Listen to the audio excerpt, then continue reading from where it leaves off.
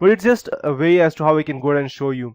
If I just modify this with something different, such as if I go ahead and insert a date to put inside that a text file, let's say only for 2015, then I will get all the card numbers which expires in 2015. If I go ahead and use 2016 or 17, 18, similarly I will get each and everything related to that. So I'll just go ahead and delete this so that no one else sees that. Perfect. So this is just an example as to how we can go ahead and gather information, and Google Hacking Database is quite useful in this thing. After that, we have the Gmap hacker and the Honeypot option. So starting with MetaGoofle. MetaGoofle is an information gathering tool designed for extracting, let's say, metadata of public documents, that is from PDF, doc, or docx, pptx, xlsx file belonging to a target company. I probably won't suggest using MetaGoofle, even though it's quite famous. We have one more extractor which is quite useful in for today, and I'll just go ahead and show you that. I don't exactly remember the name, so I'll just EXIF tool. Yeah, EXIF tool, perfect. So EXIF tool is quite useful in gathering information. Even if you have an image of a random person, you can go to this website and download this. So what it does is that, let's say if you have taken a normal pic from your camera, and let's say for example you have a Sony camera, Sony cell phone, and if you have an Android Lollipop, then you would probably go ahead and name your username. Let's say your name is Mr. Adam, so you'll probably go ahead and name it as Mr. Adam. So if you go ahead and do that and you click your picture and you send it to someone else, any random person who has that image can go ahead and gather the username from which cell phone you took the pic, just by using this metadata tool and applying it on executing this with your image. So it doesn't matter from where he got the image, from a website or from via USB traveling or via WhatsApp, people sending it over there. It's just a matter of time that he needs to have that image and this EXIF tool, and he can get all the information such as from where did you crack it. And I think that probably we have EXIF tool over here. Let me check if we have it already installed in Kali Linux. Perfect, we have it. So I'll just type -help. Let's check if we could get all the information.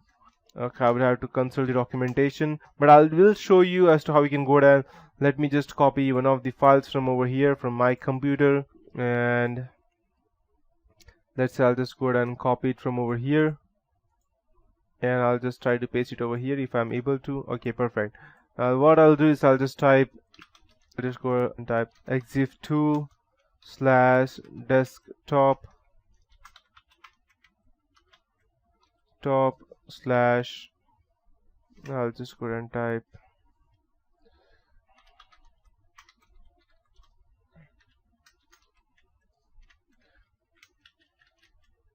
desktop / let's say we have, perfect. I'll hit enter.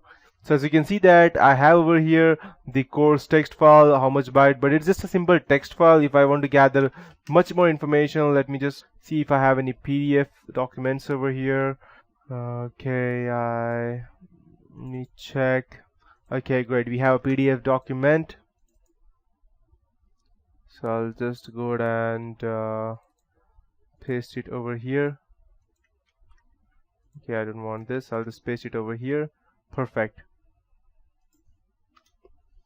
And I'll just go ahead and execute the EXIF tool.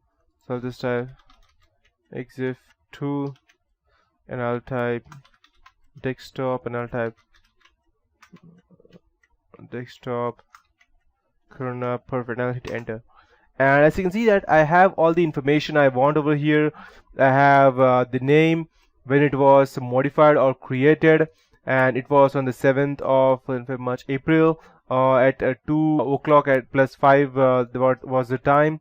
It's a PDF application. It was not linearized, and we have the creation date, which is 2013, and the website from where the guy downloaded it was it/ebooks, and it was, so he downloaded this PDF file on this computer in 2013 or from this website.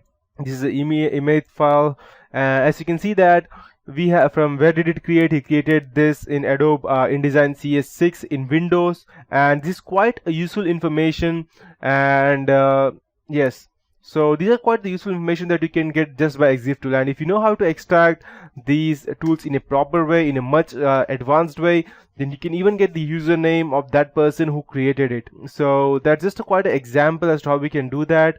Coming on to our next part would be the goaling scanner. So the goaling scanner removes the cache from your searches and collects and displays only vulnerable site links. Thus it allows you to find vulnerabilities wide open to Google and Google bots. We have Site Digger, which searches Google's cache to look for vulnerabilities, errors, configuration issues. Google Hacks, as I told you, it's a compilation of carefully crafted Google searches that expose novel functionalities from Google search and map services. We have BileSuit, that stands for bidirectional link extractor, and it then applies a simple statistical weighing algorithm to deduce the websites that have the strongest relationship with the target site. Then we have Google Honeybot, which is the reaction to a new type of malicious web traffic actually, and it is a search engine for hackers. Google Hack Honeybot, and you can go ahead and check it at ghh.sourceforge.net. And GHH implements the honeypot theory to provide additional info security to your web presence. We have Gmap Catcher, Search Dignity, Google Hacking Database, as I showed you, and finally the GooScan.